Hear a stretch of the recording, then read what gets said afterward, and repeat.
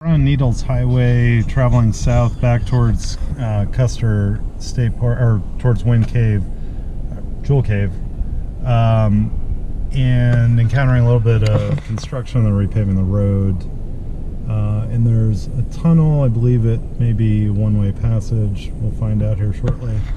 Was just thinking of something else helpful to remark. So if you come out to Montana and Wyoming, South Dakota 87 South, and you're inclined to venture into bear country hiking, you'll see signs for bear spray, how and where to buy it everywhere, and I commented about this in the glacier video. I had a 10mm handgun. I was pretty confident that would be my last line of defense, but then I felt I would rather not, even though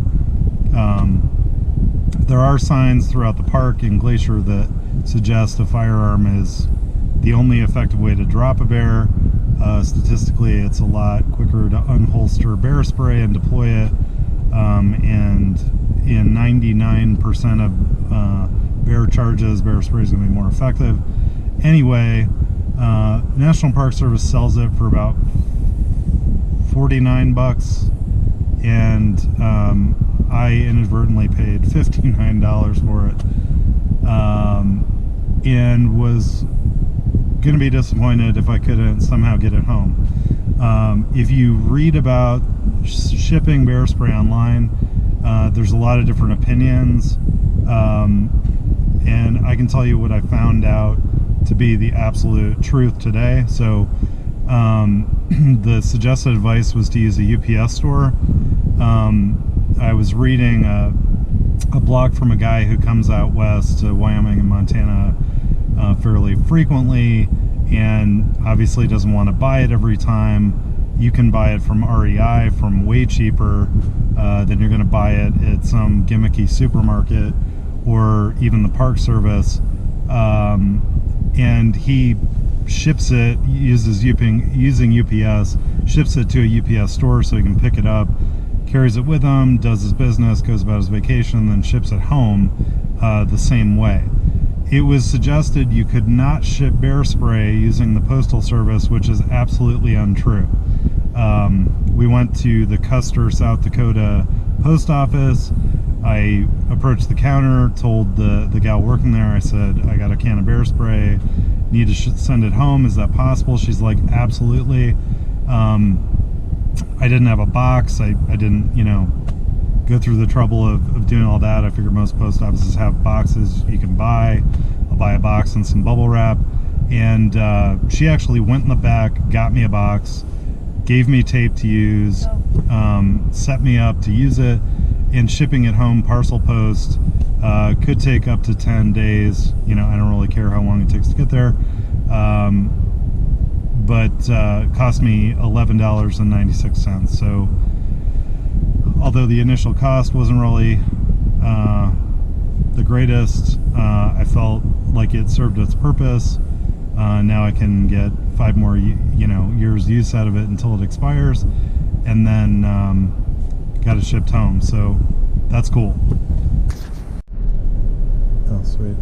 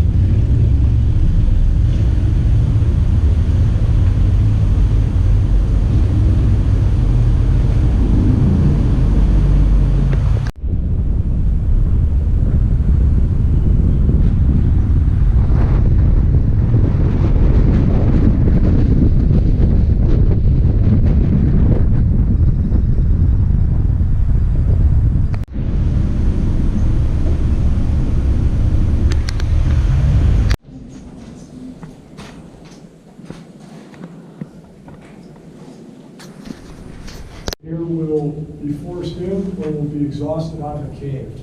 And that phenomenon is actually how this cave was located. Barometric caves are not unique to Jewel Cave. Wind Cave, short distance from here, is also a barometric cave. We'll come in, I'll have you go take a right down on the landing, and we'll all stage there. Before we do that, just so you're aware, on the way out, we're going to go through a decontamination tray. There's white nose syndrome. It's a fungus and it affects bats. And it's been detected in the cave, and hopefully to slow the spread of that, we're going to ask that you walk through this. It's hydrogen peroxide. It's a 7% solution, slightly stronger than what you probably have in your medicine cabinet or brush your teeth with.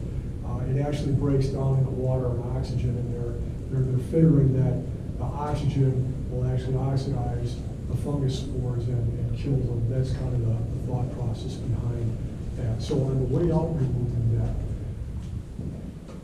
If you were of the bent that you got to touch stuff, we're not in a cave yet, so have at the walls. You can touch them. Oh, and I forgot to tell you, there's asbestos. No, there's not asbestos. It's lead paint. Oh, you're fine. You're fine. Come on in, folks. Welcome to Jewel Cave.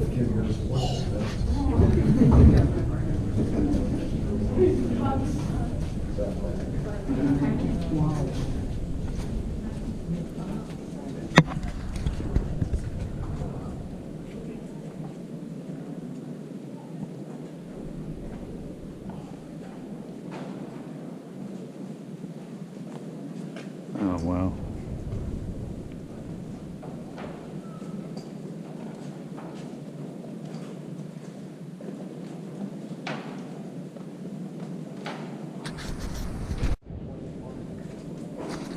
Well, these guys are fairly adventurous, and they're thinking, oh, what can this be? And they were aware of, I'm sure, Wind Cave, which was found the same way. They go back to the ranch, pick some shovels. Picks and shovels are a lot of work. These are rough tumble cowboys. They also bring back dynamite. So they crawl up there, tuck the dynamite in this hole. Nobody knows exactly how large that hole was. Fairly small. Certainly would not let a man enter it. Put the dynamite in there, they back off, they touch it off.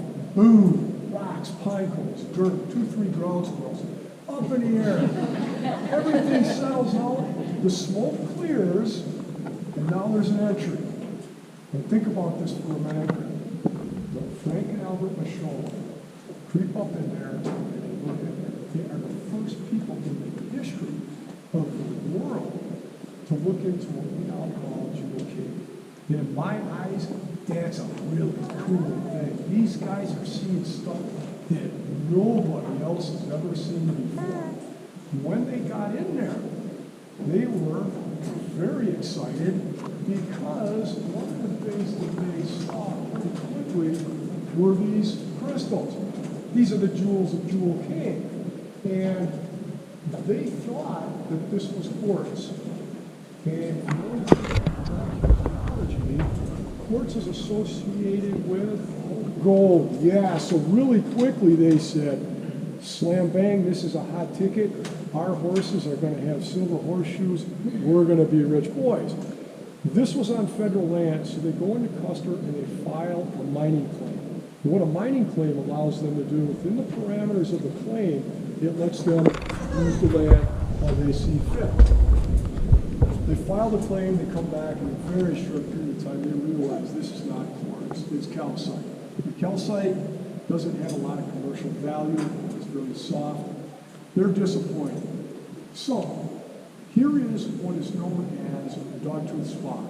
It's like the canine teeth of the critters in the dog family. It's long, it's pointed, it's the dogtooth spot. The dogtooth spot that we have in the cave here is typically in pockets like this. We don't have large amounts of this, but what we have sheets and sheets of it. Large amounts. This is nailhead spar. Same material, calcite, except it's got a flat surface on it top. Same material, and The mapped cave, high percentage of the walls are covered or were covered with this calcite. We're going to visit this later on when we get down into the cave. I'm trying to remember the color of this, because I'm going to refer back to this. You're going to see there's going to be a difference in the color there. So obviously, the Michaud boys, they're disappointed. They're not going to make a living off of being gold miners. But they're creative, they're resourceful. They figured if we can't mine gold, let's mine tourist pockets. So they set up a commercial enterprise of running tours through it. They really struggled with it. It did not go very well. However, they did run enough people through there. Eventually, word got back east, and there's somewhat of a unique cave out here in the Black Hills. And in 1908, Theodore Roosevelt proclaims this as a national monument. 1908, there is no Park Service, but it's still proclaimed a national monument. The result for the Michaud boys is really nothing. They continue to run their tours, ranchers, and eke out a living doing the cave tours. 1920s, they kind of fade off of the scene. The next really big thing that occurred, 1929, the stock market crashes. The economy in the United States goes in a tank. Theodore Roosevelt's distant cousin, Franklin Delano Roosevelt, is now in the White House. One of the things that FDR did is to try to better the economy.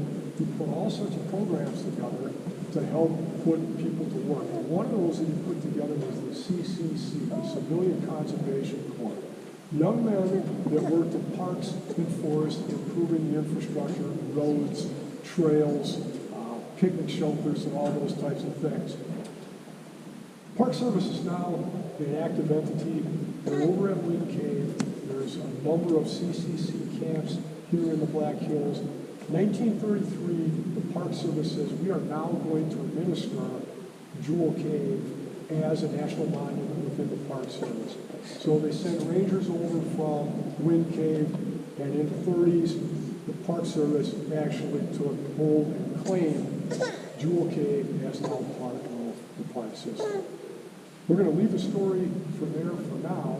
We will revisit that as we come back farther on down the cave.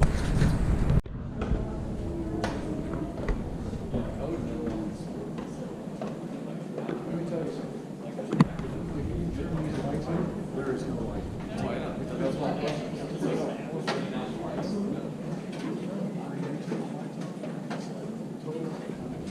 Absolute darkness. You can't see like, you know, when you close your eyes, there's some lights around, or there's street lights or whatever.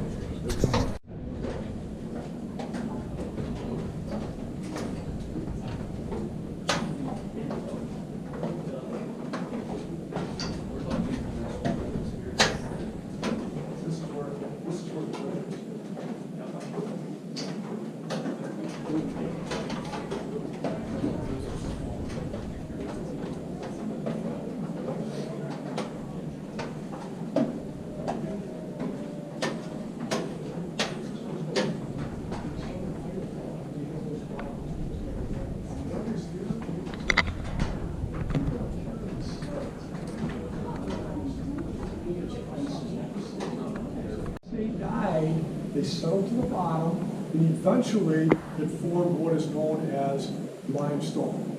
We are a limestone cave here, and many caves are.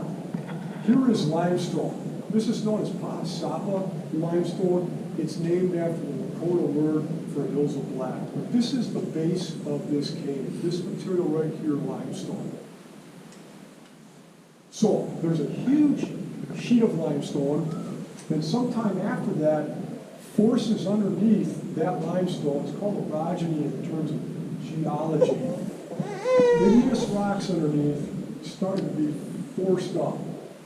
They eventually break through this limestone, and the central part of the Black Hills is made of granite, metamorphic igneous type rocks that are found there. So if you're over by Keystone and Hill City, Mount Rushmore, that is granite that's actually pushed up through the limestone. And a really unique feature over at Mount Rushmore is that when that rock came up, there were the heads of 4 presidents on it. Now, it has some, guts and carpos in there, but that is granite rock. So, if we look at the Black Hills as like a target, the center, the bullseye, is actually granite. The periphery, the outer rings are actually limestone. We are in an outer ring. So all that force under there caused all these fractures through the limestone. The water trickled in, and the water picked up carbon dioxide from the air, which forms carbonic acid. That's what's in soda. Carbonic acid is what gives the soda its bubbles, the CO2 does, and it gives it a little bit of snap there. Well, carbonic acid is acidic, it is corrosive, it also worked away on the limestone. The other thing it did is, as it came through the limestone, it stripped the calcite, or the calcium, out of the limestone and put it into solution. If you remember your chemistry, or if you're taking chemistry, it formed a supersaturated solution.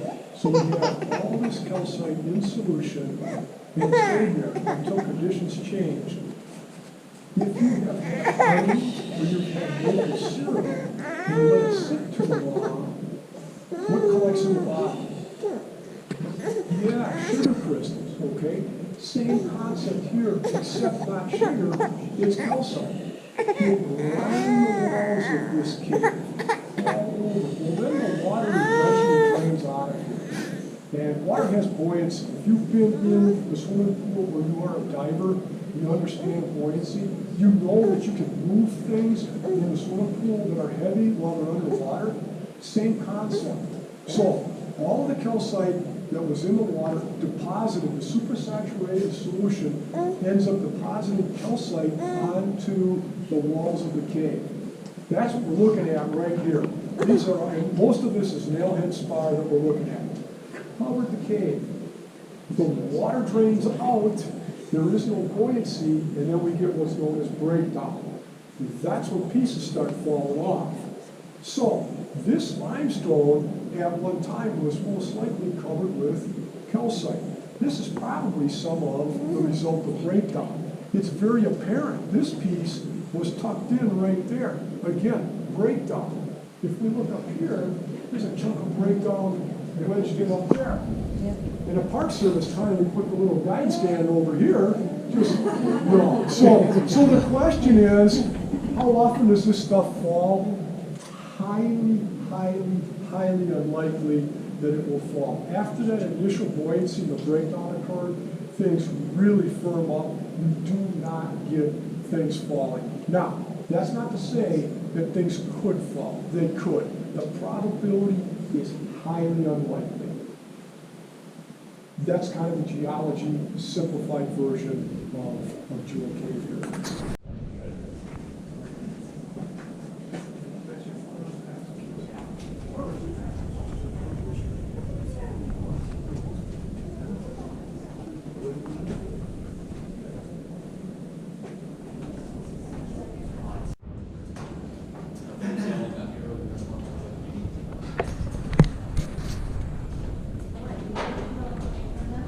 Went from that initial stop to here. As you get closer to here, you're starting to pick up moisture. It's wet. Hence the play on words with the rum runners. Where alcohol was, it was considered to be wet. So that's the play on words. Jewel Cave, for the most part, is a dry cave. Very, very little of this cave is actually wet. The reason it's wet here, there's a sandstone layer over the top known as the Metamucil sandstone layer. It acts as an umbrella. Somehow there's a crack in there and the water comes through. The amount of water up top is directly proportional to what shows up down here. 2 weeks ago, actually 4 weeks ago, 21 inches of snow on Mount Rushmore. Not quite as much here. You came down here, it was like standing in a shower. It was really, really dripping in here. All right, I want you to experience the cave as the showboys did when they first came in. That's me telling you how to shut the lights off. Great. So, it doesn't get wider, and that's why it's so long and so long. very, very fragile. Over here, we have breakers. And this is kind of like looking at the clouds. You can see all sorts of whacked out things in there. They're aliens. They're claws. No, they're jellyfish. They're whatever you want them to be.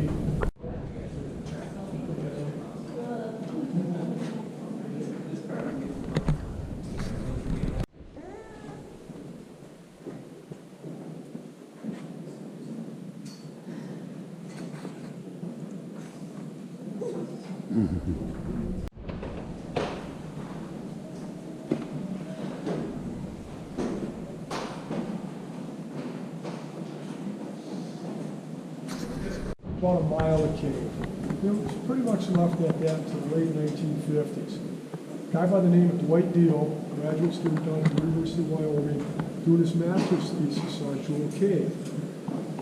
He needed some partners to come with him for safety reasons in the cave. He has some friends by the name of Herb and Jan Kahn. They are world-class rock climbers. If you've been over to Devil's Tower in Wyoming, Jan Kahn, first woman free climbing, I think, up and down, meaning no ropes, no protection, up and down. Herb was just as proficient as rock climbing as she was. They were kind of hesitant, didn't really see why they wanted, what the intrigue was of a cave was. Dwight convinces them, you come to the cave with me, I'll go rock climbing with you. Well, the Kahns get in the cave, and right away they realize, whoo, there's a lot of rock climbing in here. Understand, none of this stuff was here. Okay? So, Dwight goes on does his geology work. The Kahns are so intrigued by this, they actually volunteer for the next 20 years, over 6,000 hours of cave time. They've logged more than 700 trips into the cave, and they actually document and map out 65 miles of the new cave. At that point in time, people realized, Jewel Cave's not this short little cave. This is a serious cave. Well, the Kahns retire late 70s, early 80s. They're into their 60s. And they say, this is enough. Next generation's picked it up. Currently, as of beginning of May, 202.32 miles of actual mapped cave here in Jewel Cave. There is no shortage. Barometric studies seem to indicate a number of them have been done, and they agree with each other that there might be anywhere from 3,000 to 5,000 miles of cave passage in there. That's a serious amount of mileage. The cavers that come in, we had cavers come in earlier in the month, and their intentions were to map some more. They had an accident, they had to get out there. It took them about 20 hours to get to the camp that they were actually going to set up there. Guy fell, hurt himself, and they backed out. They say that, we go by passages, and we know that you can go for great distances. How long is the total length of the cave? Nobody knows. It will continue to go as people map it. Go back in 10 years, 15 years, see what the mileage is. But yeah, we're actively exploring the cave. We have one more stop. We're going to have some closing remarks up there. We will then go into the elevators and get ourselves upstairs. Will you okay? Yeah. All right. For all intents and purposes, we have altered this room for generations. Now, the question is, how did we alter this? What happened? Why is the water now coming in here? Anybody want to hazard a guess? We're very close to getting out of here, if that helps. Something to do with an entrance to the... Bingo. Yeah, they put the elevator shaft in. They drilled through, and they went through the Metalluca sandstone. They also blasted through that.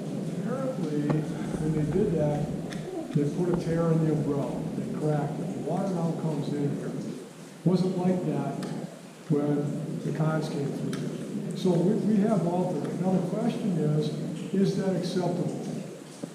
I think I would argue yes it is. We got to come down here and see things that we probably never would have seen because the stairs are here, the lights are here. We weren't gonna take 4 or 5 or 6 or 7 hours to cave from the natural entrance to get to it. So I would argue that, yeah, we have had an impact, but no matter where man goes, he's gonna have an impact. I think that is acceptable. Leave you with the closing thought. One of the things that we've done in this country, we've done very well, is we have set aside land for the citizens as well as visitors to come in and recreate on it. I would strongly encourage you to go out there and do that. Go climb the mountains, go wander through the woods, go float the rivers, crawl through the caves, walk through the prairies. Get out of your comfort zone. Get yourself cold and wet and sweaty and hot and hungry. I think it'll do a couple things for you. One of the things I think it will do is when you come back home, I think you will have a deeper appreciation for the comforts that you have at home. Just by virtue of the fact that you were out there and got yourself out of the comfort zone. The other thing I think it will do is it will open your eyes to the fantastic things that are out there. We've set aside a lot of natural things. We've also set aside a lot of historical things. Go out and view those things. See what's out there. I'll leave you with this. Tread lightly. So when the next generation comes through here, they can have that same awe and wonderment that you did because we left it in good shape for them. I want to thank you on behalf of myself and the Park Service for visiting your national park system, particularly Jewel Cave. Thank you. Appreciated you as a group. Good group, stuck together. We haven't lost anybody. Of course, we're not out yet. We'll be fine. Thank you very much. We'll drop down, we'll go through the decontamination mats, and we'll be in the elevators, and we'll get back to the top side. Thank you, folks.